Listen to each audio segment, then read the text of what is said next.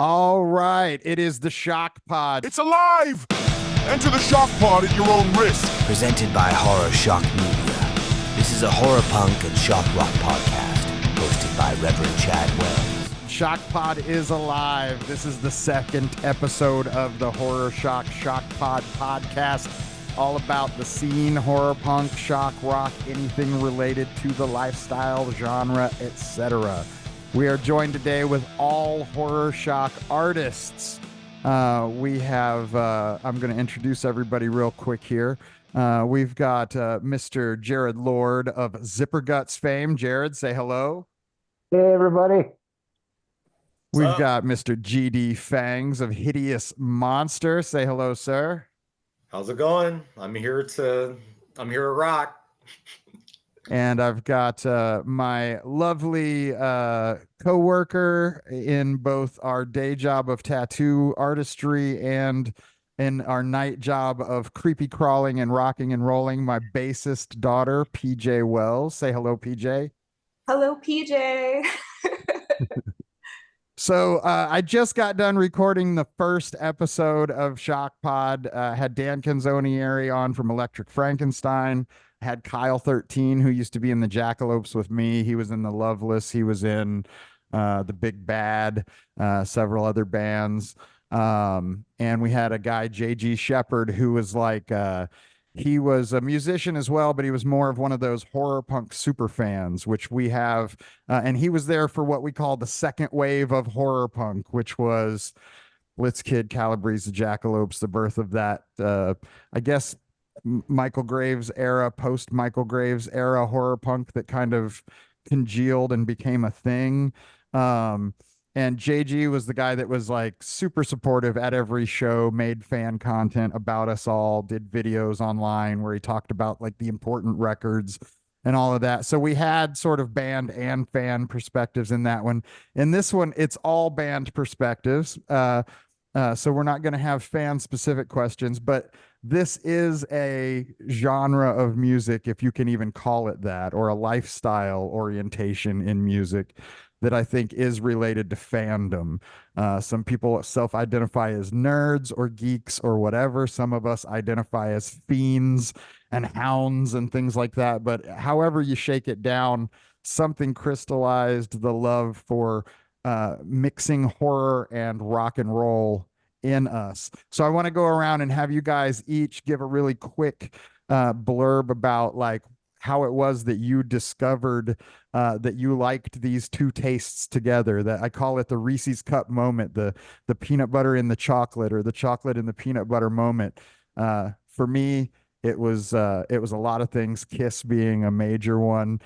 Jared, Zipperguts, what was your, when did you realize horror and music went together and that you wanted to pursue that?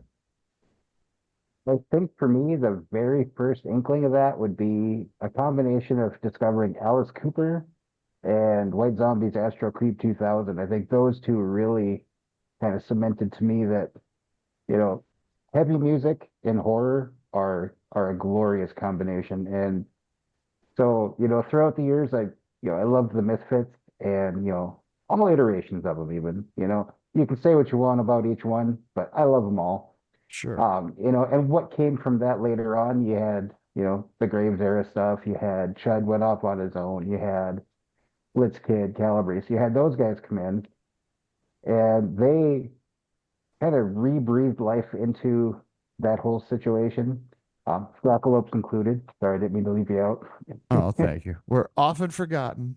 You shouldn't be. That's the thing. But like, you know, so that hit, and so like from the '90s to the early 2000s, that was the thing. And I was into it, but not to the degree that I am today. I was more into metal, and so death metal, another good example of combining horror themed stuff with some pretty awesome music. And Absolutely. so as everything congealed in my brain, I discovered that, you know, this community, because that's what we really are. It's not so much a genre, but we're a community of like-minded horror buffs. This is like for me the best release and the best family that I could have. 100%. 100%. I agree. And for me, metal played a big part in my forays into horror. GD, I know you're going to say something similar. We're close in age. I can't Yeah. wait to hear what the crystallization moments for this path of evil were for you.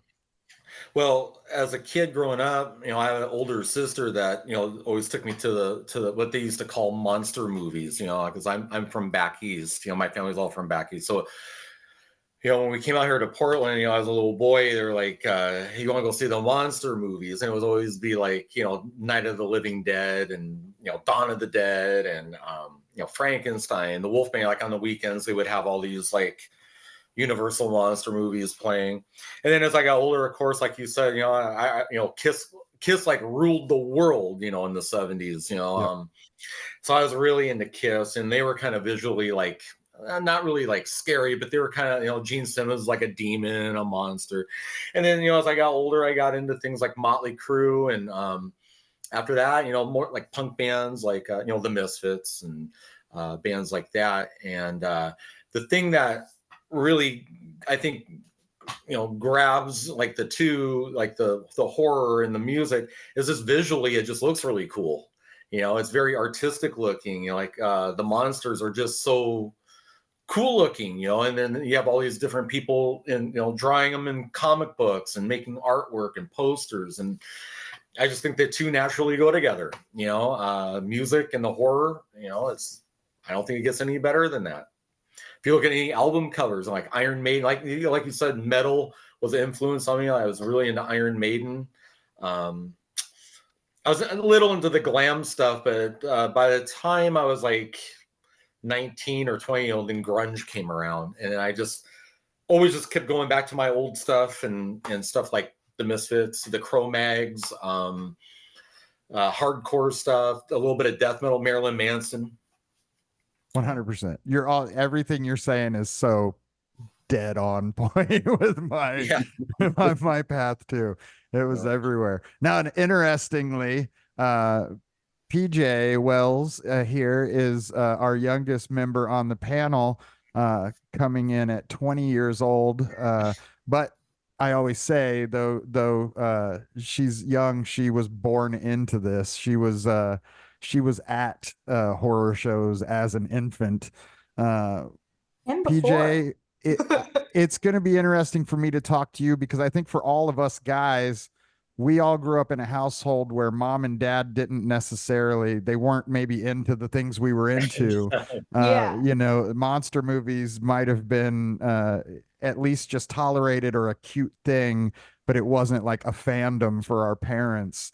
Do you have a moment where you realize that horror and music go together, or is it just always there in your For memory? me, it definitely has just always been there. Like, it's just like, of course, like, my first concert was Kiss, so I I kind of, the similar spooky types of things were kind of always around. I remember always listening to Rob Zombie and stuff in the car, and Marilyn Manson and all that kind of stuff. So it was definitely always a part of, just my world. I also remember, though, specifically, this is a funny one, watching Scooby-Doo and the Hex Girls. And I was like, I want to be a Hex Girl. I want to be like them. They're, Oh man, they're vampires. I remember and that. stuff. I do remember that. Yeah. I grew up on the old Scooby-Doo. I think the old Scooby-Doo cannot be beat, but Well, I know that Absolutely. about the Hex Girls. I think they even brought Kiss on Scooby-Doo too. They did. That Yes. was a favorite movie in the household. That was important. that was all of our interests coming together when the Scooby Mhm. Kiss DVD dropped, or Blu-ray, or whatever the heck it was. Yeah. That rule. Scooby-Doo was a big one for me. Like a lot of Absolutely. my stuff that I come to that are like horror punk, you can call them horror punk tropes or shock rock tropes, come from Scooby-Doo. They come from the Monkees. The Monkees would always end up in a castle, and there's a Frankenstein with like a Beatles haircut chasing them. Like you were saying, GD, about the monster movies, we had the late night in Dayton, we had Dr. Creep. There was the late night horror movies in the 70s and the early 80s. Friday and Saturday nights. And then even on Sunday afternoons, I remember all of the Universal Monsters stuff and all of that Creature from the Black Lagoon and stuff playing during the day. So it was like always there. It was always related to music in some kind of way. Because part of the thing that made you scared of whatever it was had to do with the music in the background. So even if it wasn't like a rock band or something, music and horror kind of, if you take the music off of a horror movie, it suddenly becomes like 50% less scary. Do you know what I mean? Hmm. And then the visual element, like you said, high contrast stuff. You know, Kiss obviously is black and white and silver and red, which is also like the horror punk battle uh, look or whatever. But also Shout at the Devil. Like I, I base Hmm. so much on what is like aesthetically correct on Motley Crue's Shout at the Devil. Like That's that's a killer album, man. That album, that album like ruled my life, when I was like 13 or 14. And I actually got to meet Nikki Sixx a couple times over the years. And I got to actually tell him like how much like that album like almost like raised me as a kid. It was just like it kind of taught me how to party. It taught me how to like go pick up chicks. oh It yeah. taught me how to be cool. It just that album like just really came at the right time at the right place. It is absolutely a perfect record. Like if we were doing a podcast about perfect records, it would be one of my top 10 that I would pick. Like the vibes, listening to Danger, like that sounds like a wet LA city street. You know what I It's a mean? cool Like song, yeah. they so encompass the vibe of that time and the sort of seedy dark side but it's also there's humor in all of it, you know what I Hmm. mean? Like there's funny stuff going on. The liner notes are kind of funny, recorded on Quackers and Krell.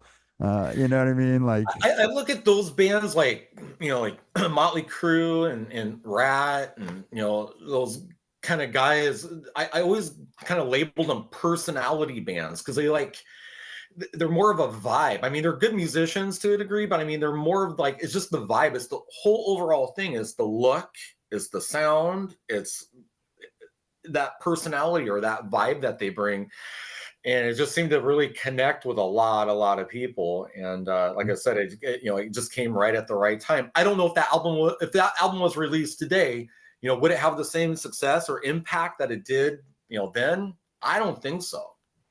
Just because times are yeah. different.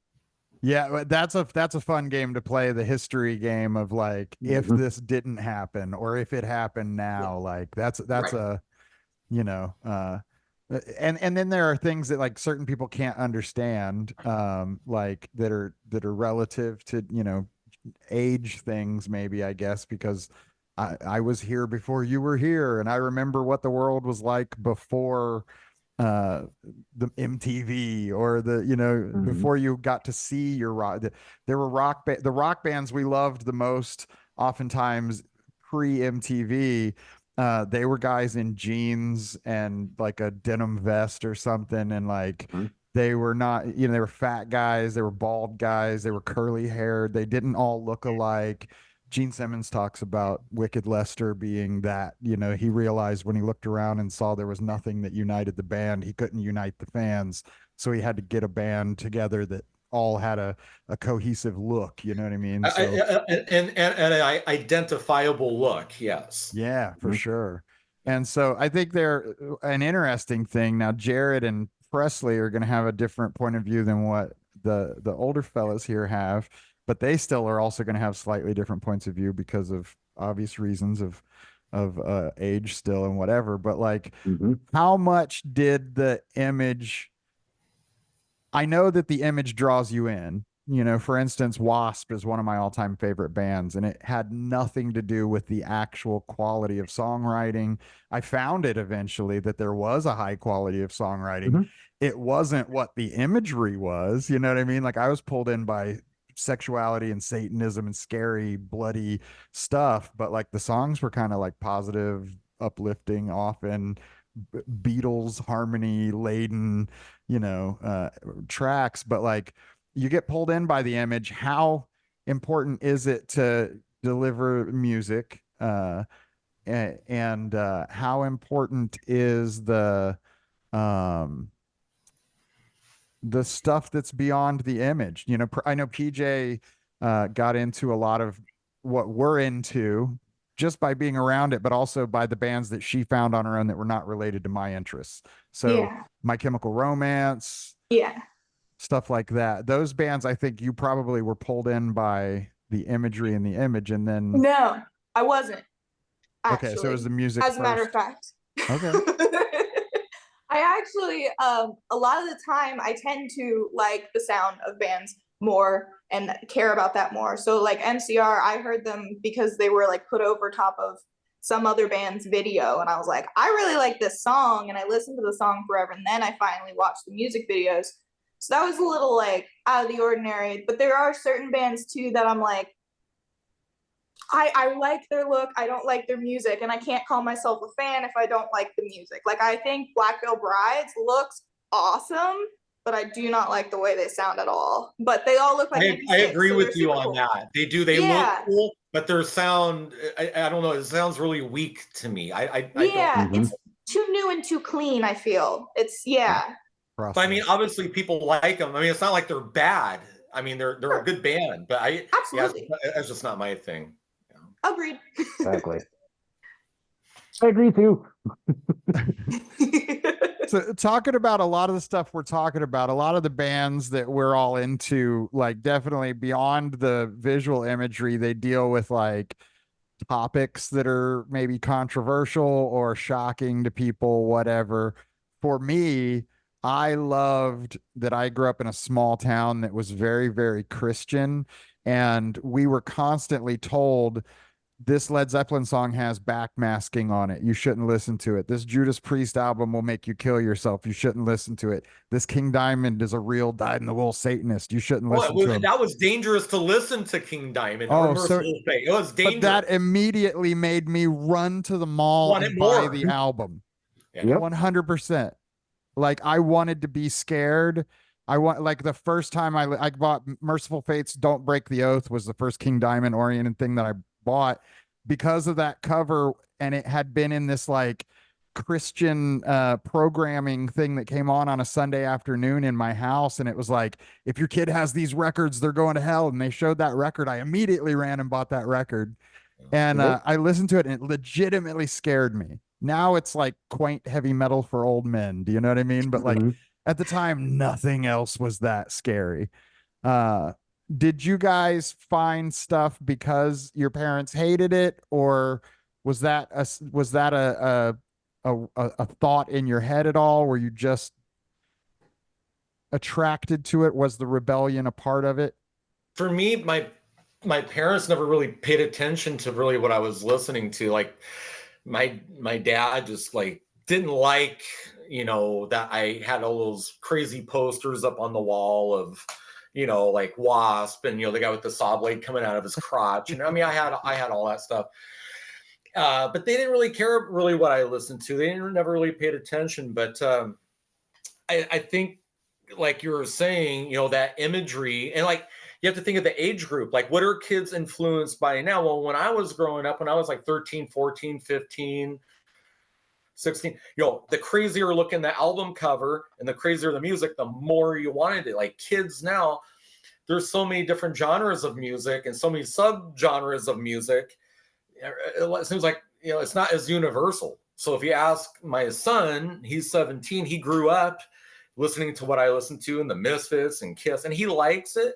But, he also is influenced by like hip hop, which I personally don't like at all, so I think that there's a lot of influences out there for kids. That's an interesting point too with the hip hop stuff. I think right now, like a lot of the weird mumble rap, trap rap, SoundCloud rap stuff is really kind of very similar to the dangerous underground punk stuff. Like a lot of these SoundCloud kids with their like tattoos carved into their face and they're openly doing meth and whatever their trip is. Like that's Gigi Allen, but it's just mumbling over a hip hop beat or whatever. Like, does the spirit? So there's a spirit that maybe animates what we do, and the Christian people would say that's the devil, and I say, okay, then I'm a friend of the devil. But if that's what's animating it, does it move around generationally to find the thing? And so where was it in the past and where is it in the future? Is in the past Eddie Cochran and Elvis? Is that now Ghostmane and tattoo face mumble rappers, or is it, has it gone somewhere else? Like, do you know what I mean? Like, that's probably a weird question. No, no, it's spread like a virus. It's gone everywhere. Absolutely. Yeah. I like the viral idea. So speaking about like horror punk, I keep using the term to describe what we all are, and all of us are probably different levels of accepted within what you would Mhm. term that community, for different reasons. I know Zipperguts, you're a super fan. You're a lot like the guy I was talking about in the last episode, JG Shepherd. You support everybody so hard. You are there buying, sharing, liking, resharing everybody's stuff. Super fan. Create your own music, and you get different levels of support with that music because it's not Graves era Misfits specific. It's recorded in a way that's a little bit more lo-fi sometimes, Mhm. and a little bit more from the gut rather than from a place of like production or whatever. And then Yep. similarly, GD's band, Hideous Monster, is suffers from some of what I suffer from, which is being an older cat. And how do you trust a 50-year-old white guy? First of all, and then number two, does he have anything new to say? And then number three, it also doesn't sound like Graves era Misfits. It sounds like what we like. Um, we all suffer from different levels of that, like scene. Um, I don't know what it is. Like, are you're not always invited to sit at the cool kids table, kind of a Mhm. thing, which is what HorrorShock Yep. Records is partially about. When we set that up, it's really about finding bands that are just real ass bands and backing them, and not being about a specific sound. Although I think listening to the tracks for Shockwaves too, we're starting to have a specific sound to our label. But like, how much does that play into number one, how you guys think about your next song? Does it play in? Do you give a shit what anybody thinks about it? Number one. Number two, are you maybe moved to not identify as horror punk, to try to identify as something else, or to just not worry about identification? I kind of like to I hear just, what everybody. I mean, like for Hideous Monster, I mean, I just call it like I call it horror rock. Sometimes I'll call it horror punk, which I mean we do have some punk songs, but I think we're more of a horror rock, 80s sounding kind of horror Yeah. rock with a little bit of 80s flair to it.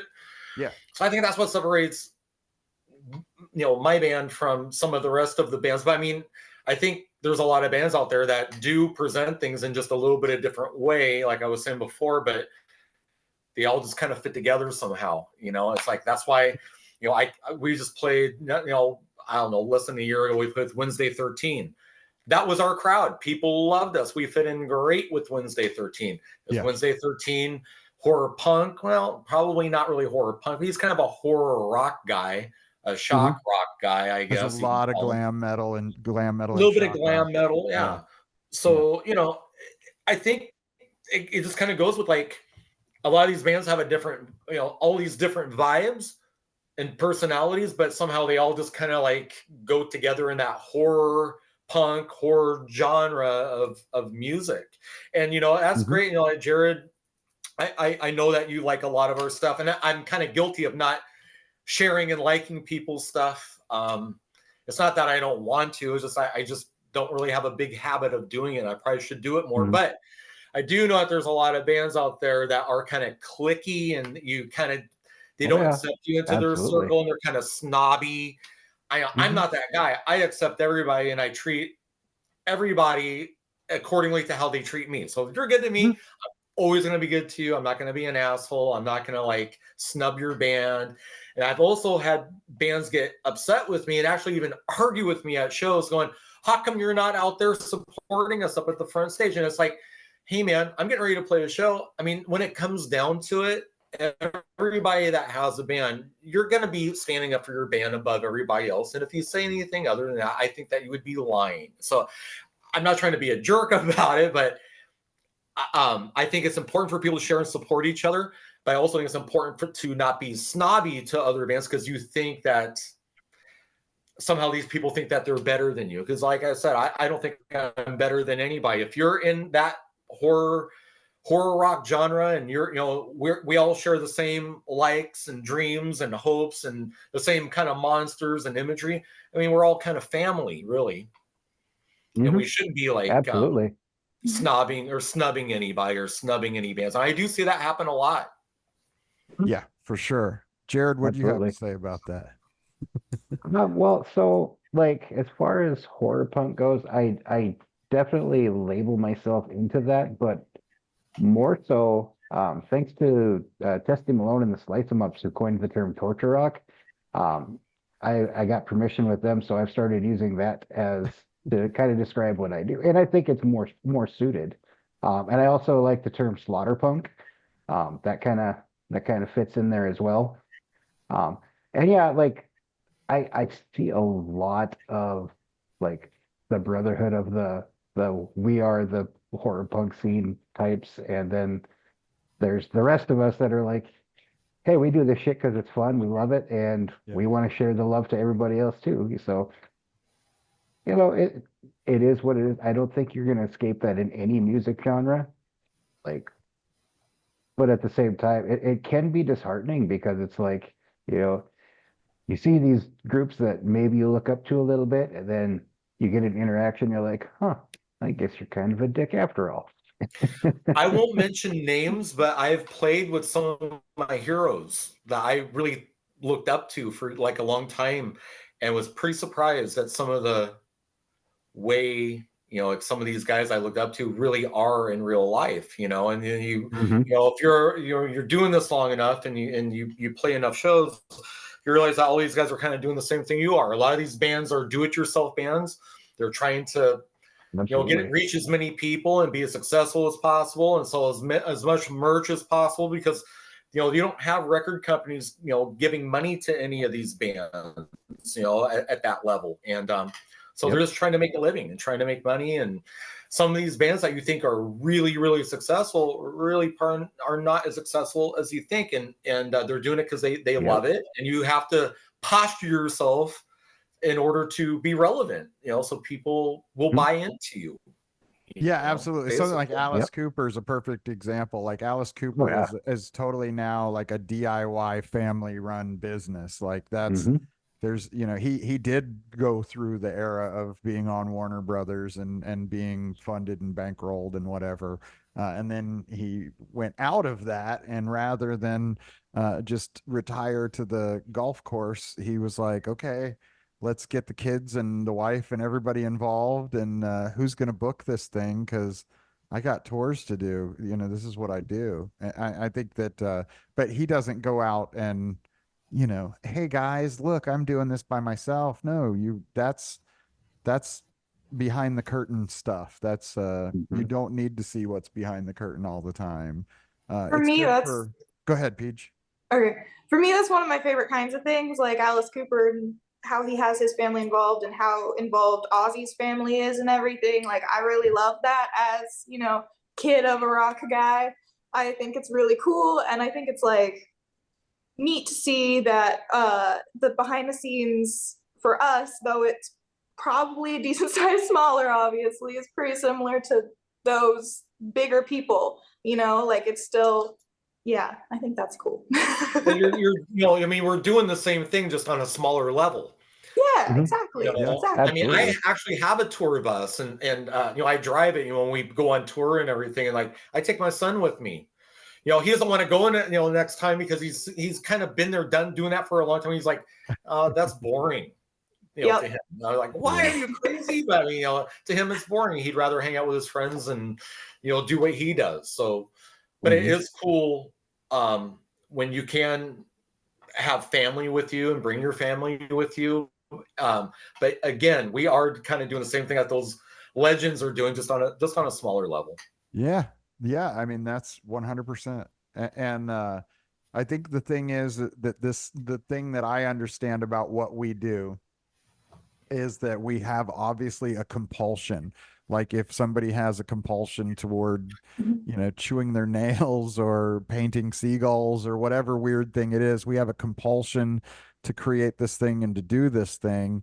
And it just so happens that it scales up into you get a van or a tour bus and you go and do this thing other places, and there are definitely people who, well, Zipperguts, for instance, is not necessarily a live band. It's not a thing that is going on tour or anything like that, but you're still playing the same game as everybody else that's on any other independent label in every other way. You're self-funding and financing and carving out time for your recordings and getting them released and stuff. So it's interesting. We were talking a lot in the last podcast about, what I keep talking about this second wave of horror punk. That era was, I think the scene congealed and became a thing in a way that it never had before. The Misfits weren't part of a scene when they existed. They were part of the punk hardcore scene. They weren't part of a horror punk scene. They were the horror band in a greater scene, which is what like my bands were. We were dark bands in just a greater scene of people or whatever. But it became really specific and got codified and defined and everything in the early 2000s because of mp3.com and MySpace, both sort of happening in tandem with each other. Bands suddenly had essentially a free website where they could share their pictures, their music. mp3.com, you could send people through to listen to your music online for the first time ever. They could download that mp3, take it with them. They could order a CD from the company, mp3.com. So the Jackalopes and Blitzkid and all Cancer Slug and all of those bands are from that. We're all mp3.com bands. We're all MySpace bands.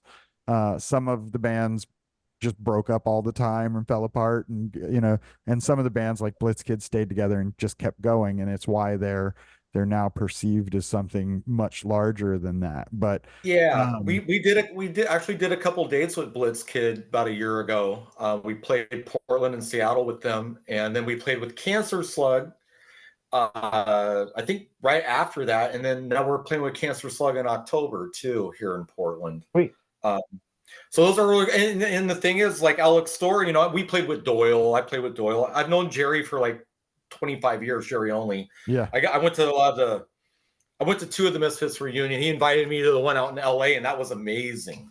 Yeah. But before Jerry did the reunion shows with Glenn Danzig, he was doing, he had his own version of the Misfits going on, which when I met him, he had Marky Ramone and Des Cadena, from Black Flag. Yeah, I played with them back then. And Jerry was singing all the vocals, and it was a big do-it-yourself thing. He has had a Winnebago. Those three, would travel together in the Winnebago, and they would just do the dates, and it wasn't a very big production. It was kind of like a do-it-yourself thing.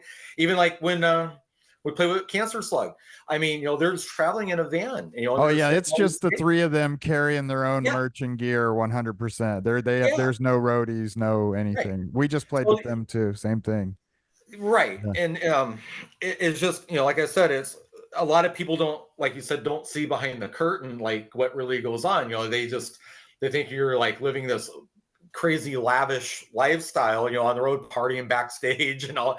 But a lot of those guys, you're driving, they're their own drivers, they're worn out one day after the other. And it's why bands on the road always end up writing country songs. Like we get out on the road and we're like long hauls and close calls, truck stop speed. Like that's the life. It's not the rock show the whole time. You're a fucking truck driver and a t-shirt salesman that gets to play. T-shirt salesman, yeah. You get to play for a half hour and that's part of your payment because nobody's fucking paying you. Yep. Right. Yeah. Like how'd we do tonight? Oh well, after we paid the sound $1,000 and paid the venue 400 and paid the security 800, you guys owe us $750. And Oh, that's the cool. other thing is you really got to hope that, that people do connect with you. And I mean, you have to write stuff, you have to have material that you like, for yourself to play, but you also have to, like for me, I write stuff that I keep in mind that, other people, I'm going to need other people to like this in order for it to like put me places I need to go. So, that's a real big thing too. I mean, you can't be delusional. You have to kind of write for your target audience, you Mhm. know. There are those weird Yep. things though. Like I'm always devil's advocate. I agree with you 100%. If you listen to my band, I am using classic, tried and true songwriting methods that I learned from Elvis and the Monkees and the Beatles. Like that shit works, and that's why we do it. We just do it heavier and faster. But that same thing being said, I like Gigi Allen because it's so bad. It's I so like raw, it's so Yeah. so absurd, it's good. Yeah, Yeah. I like Anal Cunt because it's Yeah. so terrifically, horrifically bad. There's some things I'll draw a line. You're not going to catch me listening to Screwdriver. Not going to do it. Nope. But you know what I mean? But there's stuff that's like that's horrible, and that's why I like that. And not to say that Zipperguts is horrible, but Zipperguts, you trade in horrific imagery. So in the vein of trying to make things that people are going to like, are you ever thinking about that? Or are you thinking about the fact that I want to make this worse in what it's about so that the people who like fucked up shit like this more? Like where are your thought processes when you're putting together, for instance, from your new album that I'm producing, by the way, the song Oh I yeah. Fuck Nuns? Like how does that So there's sell to a bigger crowd? Well, okay, so I'm actually going to go into a little bit of the story for that song. So, those of us who like punk rock, we're familiar with The Clash, right? Absolutely. And so we're familiar with Death or Glory. And I found it so amazing that this whole, from that singular song, we got this whole like elaborate set of t-shirts that came into the punk scene that said, I fuck nuns, right? And here we are, what, 40 some years later, and nobody had written a song called I Fuck Nuns. And I'm like, well, we gotta fucking do something about this here. So I sat down with that intent. And and now a lot of the fans aren't going to know this until now, but I've rewritten that song. And so the version that is coming out is going to be the final version. And it's changed. Like, at first it was just like, haha, I'm edgy, I fuck nuns, right? And then it's like, well, how can we make that worse? So it's like, all right, how about they're dead? How about they're dead? That's always a way to go. Classic horror No. punk. Let's make them dead. Yes. How can this be worse? Kill it. All right. And that's kind of a theme that I go with. And it's because when I write music, Zippergut specific at least, I focus on the fact that of all the cryptids and all the spirits, mankind is the worst out of all that shit. Like absolutely 100%. So I write from the viewpoint of people suck. And so Yeah. whether I'm writing about a shitty person or writing from the perspective of a shitty person, I want it to be something that's going to catch your ear and go, did he really just say that? Absolutely. And I think you're winning. I think you're I winning try. that battle. And we at HorrorShock are happy to represent you in winning that battle. But one of the other things, and sorry to cut you off, Chad. No. So I've got some newer stuff that I've been writing for Volume 2, even though Volume 1's not out yet. And I went and I did something that I don't normally do with Zipperguts, and I wrote something from like a personal perspective. Yeah. So like, typically Zippergut stuff is just like inspired by a movie or just inspired by a really fucked up idea. I wrote one that is, I mean, it's inspired by a fucked up idea, but it's also like a personification of intrusive thoughts. Right. So Yeah. it's like, kind of personal outside of personal the normal. psychological horror. Yeah. Yes, absolutely. Yeah, the lyrically it's still gross, but like it's more than just being a gross song. There's a little bit of deeper meaning in there for once. So that's a question, and I'm gonna give it to PJ because PJ hasn't been talking much. But then I want you guys both to answer it, and I think GD is gonna have a great answer for this too. As you progress as a musician, you start out with, I'm going to be this kind of musician. I'm going to start this kind of band. I get this idea of what it's about.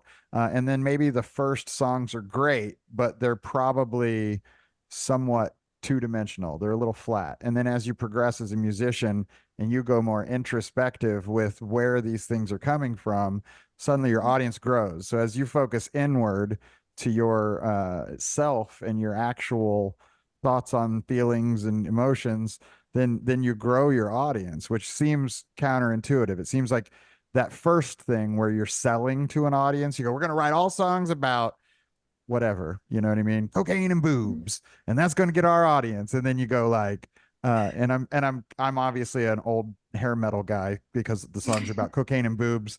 And then you have a lot of cocaine and boobs, and the next album is On a Steel Horse I Ride kind of shit. You know what I mean? It's like, I miss her. I've been on the road. I won't forget you, baby. Every rose has its thorn, whatever. Those are the bigger songs. Those are embarrassing things to feel and share, but those are the bigger songs. So, PJ, Yes. coming from a background now musically, you were into everything from obviously behind you got Axl Rose, David Bowie, Yoko Yeah. Ono, the Small Faces, uh, not horror punk bands, but I do No. see a Sid Haig picture back there, so you still get cred. Yeah, that's from when I met him when I was what, A 3? baby, yeah. Yeah. Um, for you, your big thing that where your music crystallized was emo. Yeah, I kind call of. it that, and I know that's Yeah. a kind of thing, but Yeah. um, do you notice the bands that you liked more, that you connected with more, were sharing more of themselves and less of the trappings of their genre? This is kind of a tricky question because what I'm getting into is about us all being more fucking metal than Graves punk. But So, oh man. Well, I don't know. I don't know really like because MCR is more introspective than Fall yeah. Out Boy, right? Well, yeah, I'm not, yeah, Fall Out Boy's not one that stuck around for that reason. I liked the tune of Fall Out Boy, but not so much the And like early Panic at the lyrical Disco content. is more introspective than later Panic at the Disco, Right. Well, yeah, 100%. That's because Ryan Ross is a lot cooler than Brendan Urie. But I'm only saying these things so I look like I know what kids think. I think MCR, I think they're really cool because their first album, it is in a lot of ways really introspective, whatever. But And kind of a horror punk record, as a matter of fact. that's what I was getting at. If Okay, you go would ahead. let me finish, good sir. As you know, as a man, it's my job to interrupt you and make it look like it was my idea. Of course, say the same thing I said a minute later, make it sound really That's good. right. But yeah, it's a horror punk record. Exactly. It's like there are emotional things and personal things, whatever. But I also really like there's multiple songs on that album I can't remember right now because my brain's spacing because I'm on camera. But Vampires will never hurt you.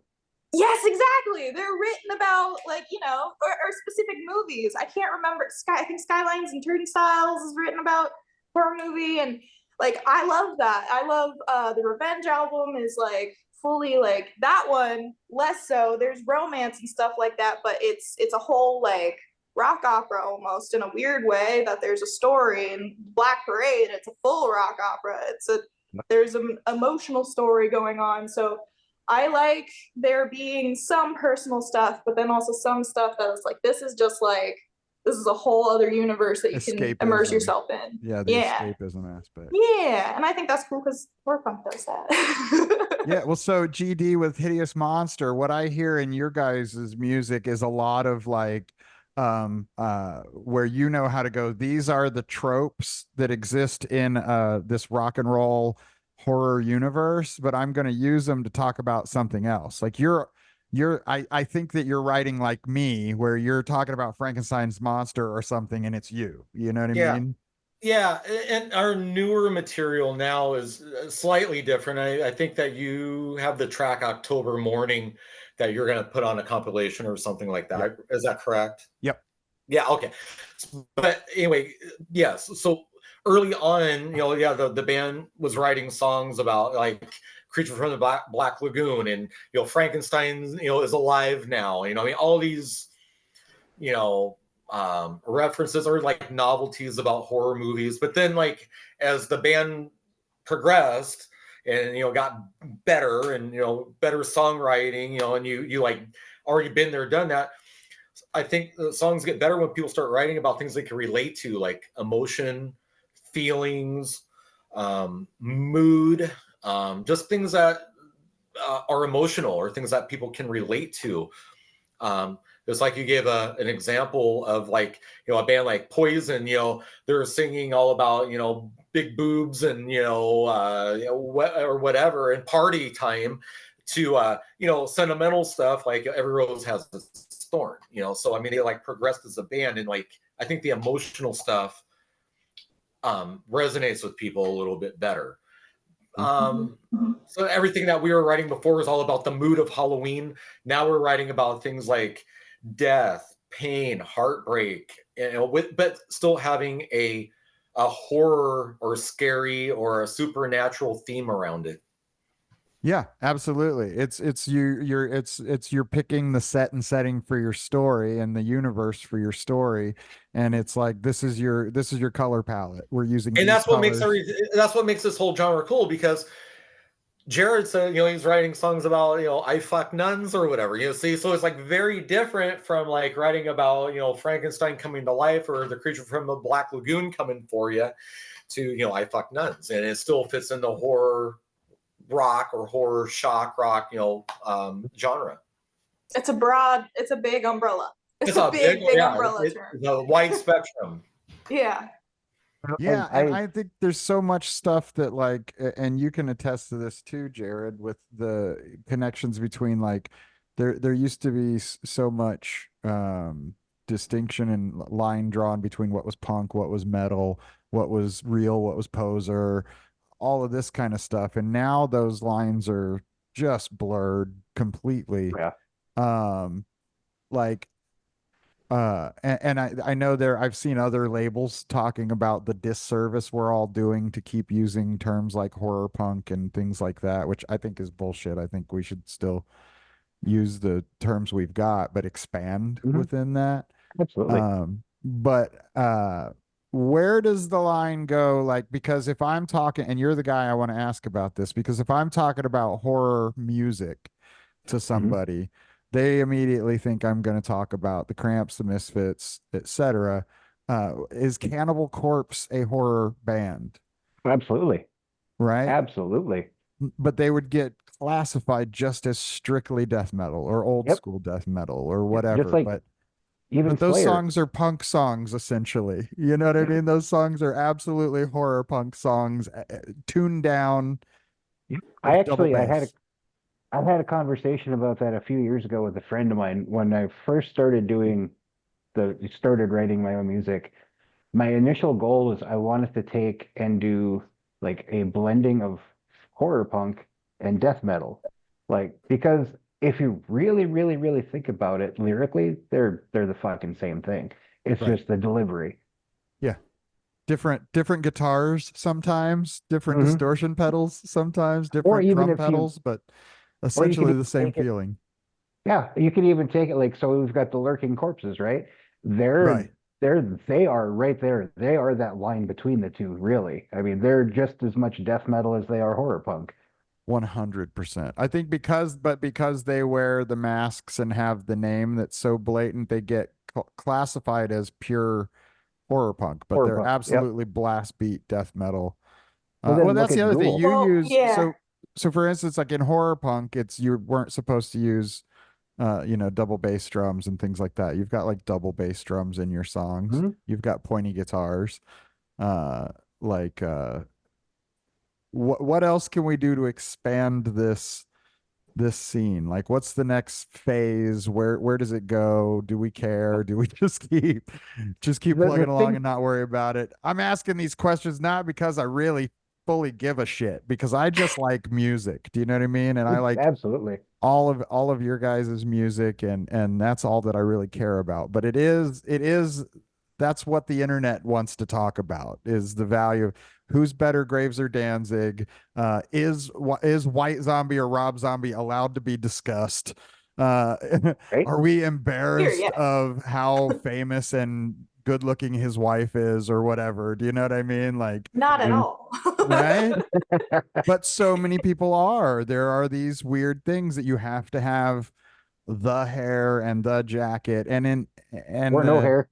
right. But the thing is that we're supposed to be in a realm of creativity where none of that stuff, we're not supposed to want to wear a uniform. We're not supposed to want to look like everybody else. We're supposed to want to upset the apple cart sometimes. Like, why in the hell would we have a rule as arbitrary as no long guitar solos? Or I've seen people talk about they don't like Danzig because he plays with his shirt off. Like, you can't listen to the man because you can see his glistening chest. Like, that's a bizarre. Well, a lot of the people that say that are, maybe people that, can't take their shirt off, and play, you know what I mean? And so I kind of get it, because it puts off a certain image, but I mean, you just can't please everybody. I mean, everyone's going to have a different opinion. I don't think that there's really any rules in any of this. I mean, I think we should all do what we do, and hopefully it connects with people. But I think also being consistent as a band is very important, because a lot of bands, they're here and then they're gone, and then they're doing another thing, and then there's another startup band, and that lasts for. So I think people seeing the band consistent with an identifiable look and a certain particular sound that kind of belongs to that band. Like if you put on an old Misfits album, like in 2 seconds, that's the Misfits. If you put on Michael Graves era, you're gonna know that's the Michael Graves era. If you play Blitzkid, you know when it's Blitzkid.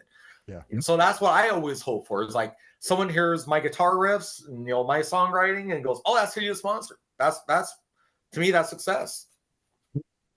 And someone being able to identify and hear your music and hear your brand and go, I know that band. Yeah, that's cool. It's important to have your own thing. I mean, everybody takes pieces from all kinds of places, like everybody has their different influences that make them them, but the way it comes out, that's original. I think that's cool. Some people just try to do exactly what other people are doing, and that's not cool. But I mean, it's cool for what it is, but yeah.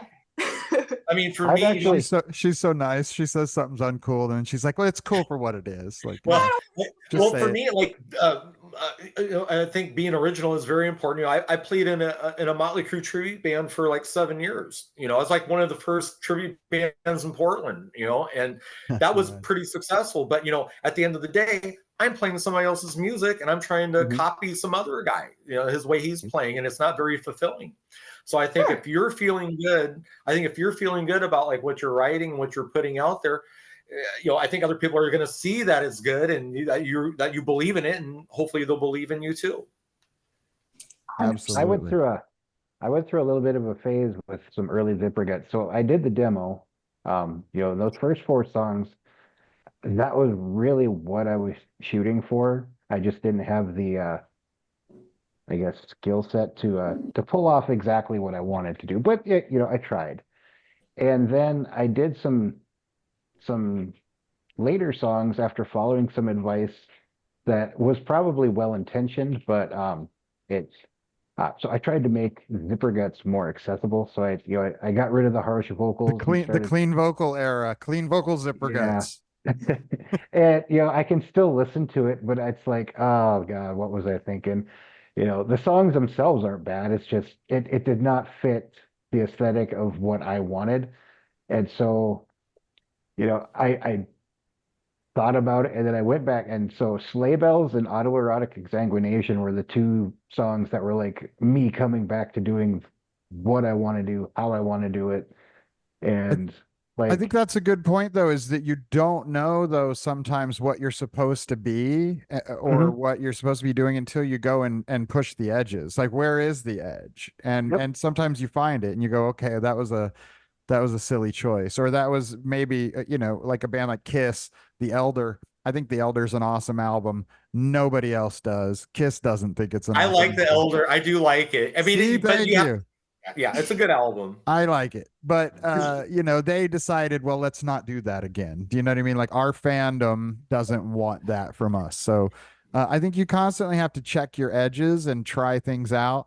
I think that your uh clean vocal era is far weirder musically sounding because it's a little scarier because it's like when you have rock voice, it's like I'm doing a rock thing. It fits with this rock thing. It can be about anything.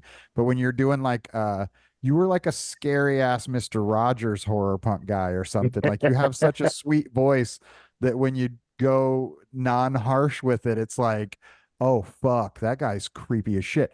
But I don't want to rock out to that. I don't want to put that in a playlist with all my favorite rock and roll. Whereas this other stuff that's the newer stuff, it goes right next to Motorhead and Midnight and Mhm. fast rock and roll stuff perfectly. Oh It yeah. just seamlessly.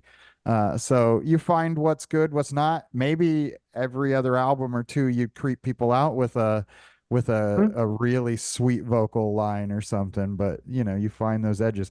So we're getting close to an hour here, gang. First thing I want to do is make sure everybody's all promoted up. Okay. So, um, stuff that's coming up, stuff that's coming out. GD, we've got you guys on the Shockwaves 2 comp. Zipperguts also on the Shockwaves Volume 2 comp.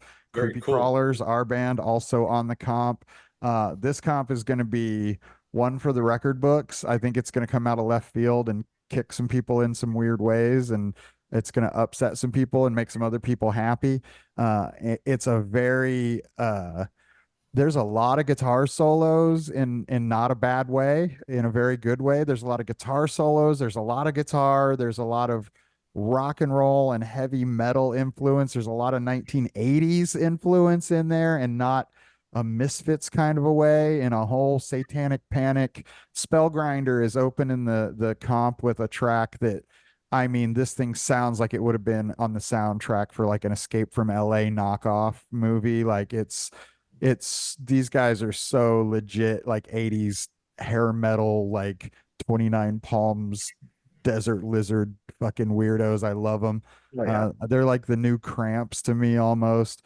There's a lot of good stuff on there. There's What's Oregon. next? What's that? There's some Oregon on there. There's some Oregon. There is some Oregon on your song. Yeah, I played the Yeah. organ. So what's next for Zipperguts? We've got Books of Blood Volume 1 coming out. When is that again? Sometime in November. I don't know if we have a specific date yet, but November. Yeah, I'm shooting to honestly have you done and ready to roll by Halloween, because we're Oh, rolling out a perfect. bunch of stuff at that time, but November is the promised date for the next Zipperguts, and there's going to be some music video stuff happening with that. Mm. Hideous Monster, what's next on our docket with you guys? What's up? What do you got coming up, show wise, release wise? Yeah, so next month, I think it's September. I want to say I could have the date wrong. September 26th. We're playing with John 5 at the Bossa Nova Ballroom here in Portland, Oregon. And after that, October 8th at Dante's, we're playing with Cancer Slug. So those are the only two things on the books right now, because we are breaking in a new drummer. He's really good, and he still has to learn all the old material. So we're just going to kind of wait till we book it, wait to book any kind of touring or anything like that till he's really solid. Well, And those shows are enough to not need to tour for a month or two. think Those about are it pretty. this way. This guy Jones the Van, his first shows with John 5. How cool is that? Yeah, How that's lucky pretty is good. he? That's pretty great. But yeah, and then we were in the studio, here at the beginning, or I can't remember what month we were in there, but we have like I think 6 tracks that we recorded. You have one of them. We're going to be releasing one at a time, or we're going to be doing artwork with each one, and then we're going to be probably putting everything on one album at some point for the artwork of it. And fortunately, our my artist that does our artwork for Hideous Monster is Johnny Bush, and he works for Wednesday 13 and Rob Zombie and everybody else. So he does really knock it out of the park stuff for us. So those albums are just so beautiful. I still love being able to open up an album and put it on a record player and play it. Yes. So that's what's coming up for us. Album, a few shows. We're going to be opening up for some heavy hitters, and then a tour to follow at some point. I really love the move of doing sort of singles leading up to a collected thing. It's really the move right now. It's what so many people that are in non-adjacent genres to us. You see the hip hop scene and the pop scene and all of that. Like it's really singles. It's more economical too for a band to do that way, because then you have material throughout the year to release to fans, so they're getting something new instead of just blasting it all out there. And people don't have a long attention span anymore. So if you put 10, 12 songs on an album and let them go all at once, you're going to lose being able to cruise through the whole year, like releasing a little bit and keeping everyone engaged with you. Absolutely. And for us, for independent bands, we miss out on the fact that if you're following what a giant artist is doing, you're screwing up. That's like if you have a business where you make fishing bait in your house, like one at a time, and you're trying to follow what like the massive Chinese corporation that's doing billions of units is doing. The reason that you used to want to put out singles in a specific order and tier things in a certain way was the lead up to try to sell as many albums as you could on release day to get on the billboard, so that you get the free promotion, the free advertising, the hype and the buzz and all of that. We're not gonna, well, actually nowadays billboard's a lot easier to hit. I say within the next couple of years we're gonna have a HorrorShock record on billboard, because it ain't that hard anymore, and I think we're that good. So but like it used to be for reasons that had to do with radio. Radio needs 8 to 16 weeks for programming. They need to have a guy convinced that you're worth putting in the lineup next to Tom Petty and Led Zeppelin or whoever the hell is ruling the channels. It's for reasons that have nothing to do with any of us. We should be putting our shit out to the fans. Our songs are not the product. Our songs are the thing that is our heart that we're sharing with the people, that leads them to the product, which is the t-shirt or the CD at the end or the record or the whatever the fuck it is. So I think the idea that you guys, and Zipperguts does it too, do singles, put them out, put out videos if you can, do as much stuff like that as you can. And then when you put out the record, you're going to sell it for the rest of your life. It's not going to sell, like when a Pearl Jam record doesn't sell well, they never sell anymore, is what it's supposed to seem like to us. But the reality is that I still sell Jackalopes records, and that band is 20 years old. So we're going to sell these for the rest of our life. We've got plenty of time. The thing to do is to get great fucking product out and made that we're stoked on. But drip it, man, drip it to the people, because if they don't see something from you every 2 weeks to once a month or something like that, they forget you exist. Yeah, they don't engage as much. Yeah, right. Stay in their faces, because every new single you release, somebody, even if they only listen to it once, if you put out the whole damn album, they'll listen to one song on the album once, and they won't listen to the other 10 or 20 songs that are on the album. But if you put them out one at a time, they listen to it one.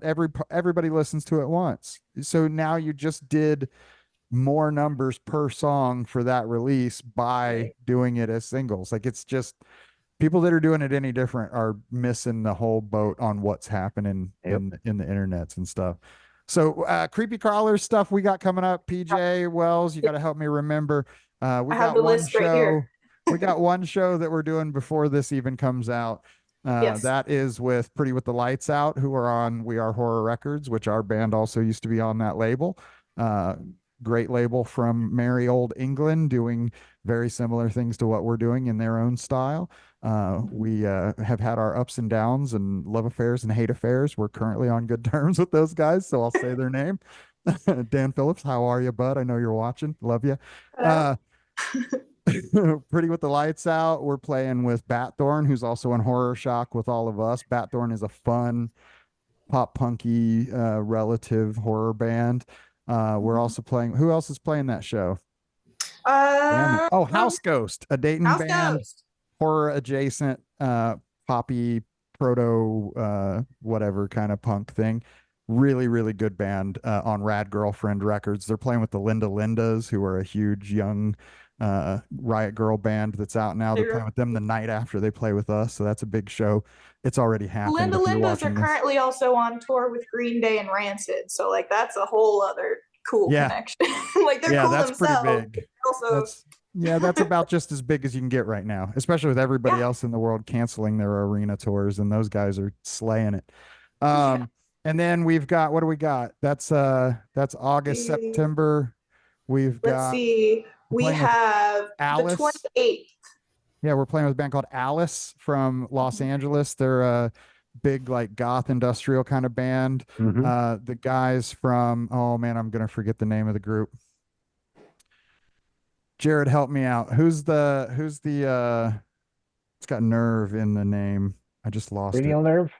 Yes, Cranial Nerve. The fine folks from Cranial Nerve sent this band our way. We're also friends with that label and booking conglomeration. And we're playing with Alice, and there's a local alternative shop that's doing a fashion show called Clash at that show. Then we got in October, we've got 2 shows in October, right? One is with Pretty with the Lights Out. Pretty with the Lights Out and Pumpkin Guts in early October in Indianapolis. I don't remember the date. Later October, mid-October, we're with Batthorn again and a bunch of great area bands at the Halloween Freakout #9, which has a Mars Attacks theme this year. And then we have a great new song called Bring the Blood on Shockwaves Volume 2. It is our Bon Scott AC/DC era worshiping, rose tattoo worshiping, horror rock and roll freaking anthem. And I can't help it, but I do sometimes sound like Jack Black in that song. I tried not to. And then we've got a new album of material coming out soon after that I don't quite have a title for, but we have most of the songs done. And I think they're going to freak people out pretty epically. And I'm stoked on it. So the label has tons of stuff coming out. We got stuff from 84 Tapes coming out at Halloween time. We've got new stuff from Rise from Your Grave in the works. There's a whole Redux album of early stuff that they're re-recording. There's a whole album of brand new material being worked on by those guys. Another killer band that's starting to play live shows now, but their produced work is just immaculately phenomenal. Like they're taking like a Swedish speed metal meets Graves era punk thing and doing some wild stuff with it. Meets Cthulhu. Yeah, and just beautiful dudes. They're just like sweetheart guys, like no egos, just killer people. Yeah, man, I'm forgetting people on the label right now already. I'm talking to several other bands right now that want to do stuff with us. I really am looking forward to 2025 with all you guys and all the other bands, and a lot more episodes of the Shock Pod. So before we go, in the future, when we have a listening audience, which we don't yet because this is only the 2nd episode, when we have an audience, we're going to have audience rapid fire question round here where we're going to ask some fun questions to everyone. But since we don't have a studio audience yet, or a listening audience, whatever the hell studio audience, I'm obviously a Happy Days kid. Since we don't have that yet, I went to my good friend and helpful companion ChatGPT 4.0 to ask some really good rapid fire horror and shock rock related questions that the internet will be burning to know the answers to. And these are, I hit everybody in the last episode with these 2, and some of these are really good actually, and some of these are exactly what you would expect from AI, which is close but no cigar. Anyway, first question. I'm going to go around and I'll point it to each of you individually. First question, we're going to start with Jared. If you could resurrect one horror movie villain to join your band, who would it be? Oh man, from Phantasm. That was actually mentioned in the first episode. So really? Yeah, J.G. Shepherd mentioned him. So let's ask, what instrument would you have him play? Bass. Bass. I said he should play bass in the last episode. JG said he should play keys. I think JG's wrong because we're both in this episode together. GD, if you could replace or resurrect one horror movie villain to join your band, not replace anybody, but to join the band, who would it be? Probably, it's kind of a weird one. It'd be the Dracula from Andy Warhol's Blood for Dracula.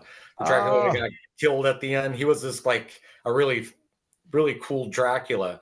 What was his name? Klaus von Trier or something like that, right? It was just the Andy Warhol's Dracula. They had Flesh for Frankenstein. Yeah. No, I remember. I was trying to think of the guy's name. He was a German guy. Udo Kier. Udo. That's it. Udo. Yeah. That's who we want to resurrect. That's fantastic. PJ. Okay, that's a hard question. I'm gonna go. It's not a movie; it's a TV show. But I'm gonna go with. Oh, hang on, I forgot his name now. Give me a minute. Okay, well, I'll do mine. I can't Okay, remember yeah. what I can't remember what I even said in the last one, so we'll go again. Because I answered for the Jackals. In the Creepy Crawlers, to join our band, a horror movie villain. I would say, wow, that's a really hard one. I would want the fictional Charles Manson from the 1970s Helter Skelter TV movie to join. Oh, that's I saw that. I remember that guy. That's pretty good. All right. I changed my mind. I think I'm going basic, but we're going Frankenstein's monster so we can play Jackalope songs and he can sing them. Perfect. Yes. All right, next question. What? Oh shoot, I lost my questions. Okay, PJ, back to you again. What's your go-to song for getting pumped up before a show?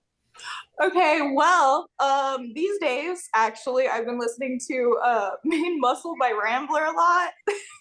That is one of the greatest rock and roll songs of all time, and it's amazing. It's got the vibe is like, it makes you want to dance, but it's also like rock and roll still.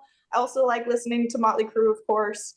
I think we listened to Motley Crue before Horror Hound quite a bit. Yeah. GD, what's the song to get you pumped up? I'm going to go with Motley Crue, Shout at the Devil, or Blood Feast by Misfits. Nice. Jared, what do you got? I got two of them for you. I got Dead Baby Nursery by Brutaler. That'll Thank you pump for you turning up. me on to those guys recently. Oh, you're very welcome. And then the other one would be Death Comes Ripping. Oh, nice one. That's a good one. Okay. Back to you, Jared. If you had to get a tattoo of one horror punk lyric, what would it be?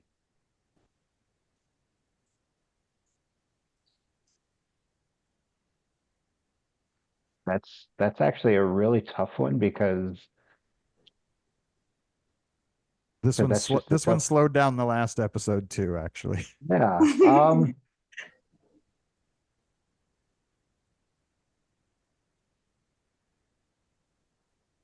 Probably a line from Waist Deep in Blood. It might the line where it goes, "It may have been wrong, but it's how I survived." That's pretty good. That's tattoo. As a tattoo artist, I concur. That's tattooable. GD, you have some killer ink. You've got to have an opinion on this. What lyric from a horror related Actual song? lyric? Probably. You can just name a song Have the if lyric drawn or tattooed on me. Probably One Last Caress. Oh, that's nice. That's a good one. I What was you got, gonna Pete? say that. Well, I you was can full say of that too. You can say that too. I'll say that too. All right. For me, I can't remember what the hell I said in the last one. What did I say? I can't remember what I said. I'm maybe a narcissist. I would get one of my own lyrics tattooed on me. I would get from Nothing wrong with that. There's nothing wrong with that. from the Jackalope song "The Night You Died." That was our biggest song. That one was on a comp with Wednesday 13. It's one of my favorites. I would get "Oh God, How We Cried the Night You Died." That's a great. All right. Last question. No, second to last question. What's your favorite horror themed food or drink? GD. Horror themed food or drink? Yeah, that's a weird one. I guess I don't know, cotton or was it candy corn. Halloween candy nice corn. one. Nice one. Jared. Mine's so much not so. This is going to tie in because it goes to a Facebook post that I saw. But essentially, I love meatloaf. So there was a baby shaped meatloaf in a post one time, and I would totally eat that. I'm fully in for a baby-shaped meatloaf anytime. I thought you were going to make a Rocky Horror reference with that one. But... Me too. That's what I thought he was going to do. PJ? Count Chocula. I love Count Chocula. Oh, There that's you go. fantastic. That's perfect. That's a good one. That's Excellent that's answer. actually really good. In the last episode, I answered this one already, and I couldn't think of anything. But when I eat chicken, I always think of Poltergeist. So I said fried chicken. But then the guys in the podcast were like, "Hey, Poultrygeist, the House of a Thousand Corpses, fried chicken is a horror food." So I'll go with fried chicken. Last question, finally, before we're out of here. What's one thing from the horror genre, be movies or music, that actually scares you? Jared. Zelda from Pet Sematary, always and forever. Nice. That one is pretty fucking creepy. GD. Probably Chainsaw Massacre. Yeah. PJ. That was a pretty brutal movie, for the time. Yeah. Still holds up to today. Fantastically. It's still being stolen from regularly. Hereditary scared me pretty seriously. Hereditary was scary. A lot of yeah, a lot of buildup, a lot of creepy long buildup, and then they get you with something that make you feel bad. In Hereditary, I felt bad because I don't want to do any spoilers, but there's a terrible thing that happens. Has everybody seen Hereditary here? I've seen it. Okay. Yeah.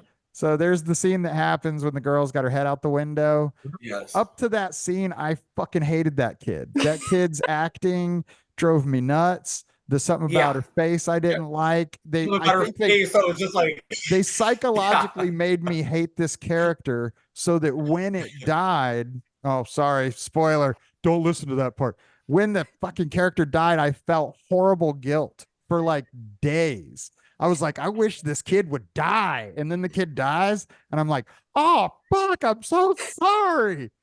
Reverse of that, Texas Chainsaw Massacre, when Wheelchair Boy dies, everybody's like, oh. Yeah, right. Oh. Well, you guys were all awesome. I definitely want to do it again with all of you. We will have you all back when there are future things. I'm going to record these every couple weeks, do 2 at a time and then I'll release them every 2 weeks in a staggered schedule so that it's going to get to the point where later episodes are recorded far earlier than whatever. So if you guys have anything to promote or anything like that, let me know, and we'll try and set you up with a date that will make the episode fall near the thing you want to promote. That's way too much information for the listening audience. I should just tell you guys that off camera. Or send me stuff. I'm going to tack a news thing on here. So if we have stuff come up that's like, man, I got a show in 2 weeks, it's a really big deal, can you tack this flyer onto the end of an episode that's coming out at that time? I can totally do it. Like I can tack it on at the end a little. I'll record a piece later to tack on or whatever. So for our bands, this is your platform too. So send me your stuff. Make sure I stay updated with stuff that's even not related to my interaction with you in the label and whatnot. And we'll get you guys taken care of. So everybody out there in the world, go check out all of these bands. Everybody here, Hideous Monster, Zipperguts, the Creepy Crawlers, we've all got stuff in your box on Spotify, on YouTube, Apple Music, wherever you can get stuff, Bandcamp, whatever. We've got stuff in there.